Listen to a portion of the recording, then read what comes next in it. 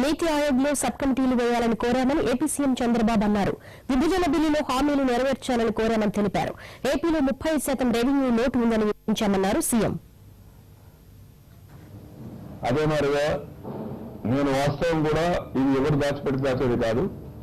7 నెలల కలెక్షన్స్ కూడా ఎక్స్ప్లెయిన్ చేశాను. 7 నెలల్లో మనకు వచ్చిన కలెక్షన్ లో 11% మనకు తక్కువ ఉంది, 11% తెలంగాణలో ఎక్కువ ఉంది. కానీ ఆ రోజు బైఫర్కేషన్ చేసినప్పుడు ఈ ఫ్యాక్ట్స్ అని అందరికీ తెలుసు. యాక్సెప్ట్ చేసిన తర్వాతనే మేము రీఎంబర్స్ చేస్తామన్నారు గవర్నమెంట్ ఆఫ్ ఇండియా. వాస్తవాలు దృష్టిలో పెట్టుకుని 2 రాష్ట్రాలు వస్తున్నాయి కాబట్టి భవిష్యత్తులో ఆంధ్రప్రదేశ్కు నష్టం వస్తుంది కాబట్టి ఈ నష్టాన్ని భర్తీ చేసే బాధ్యత మేము తీసుకుంటాం.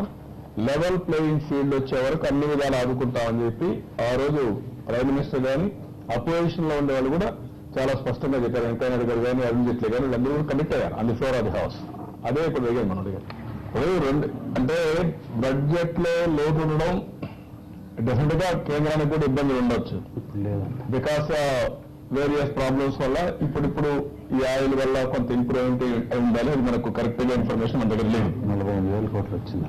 అది 45,000 అంతా కొంత డబ్బులు వచ్చింది. కానీ క్వశ్చన్ ఏంటంటే అదర్ డిపార్ట్మెంట్స్ మాదిరిగా అదర్ రాష్ట్రాల మాదిరిగా దీన్ని మీరు ట్రీట్ చేయలేదు.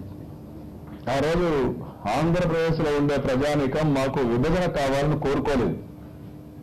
రాజకీయ కారణాల వల్ల విభజన చేసినప్పుడు పాలసీ మేకర్స్ ఎవరైతే ఉన్నారో వీళ్ళు కమిట్మెంట్ ఇచ్చారు.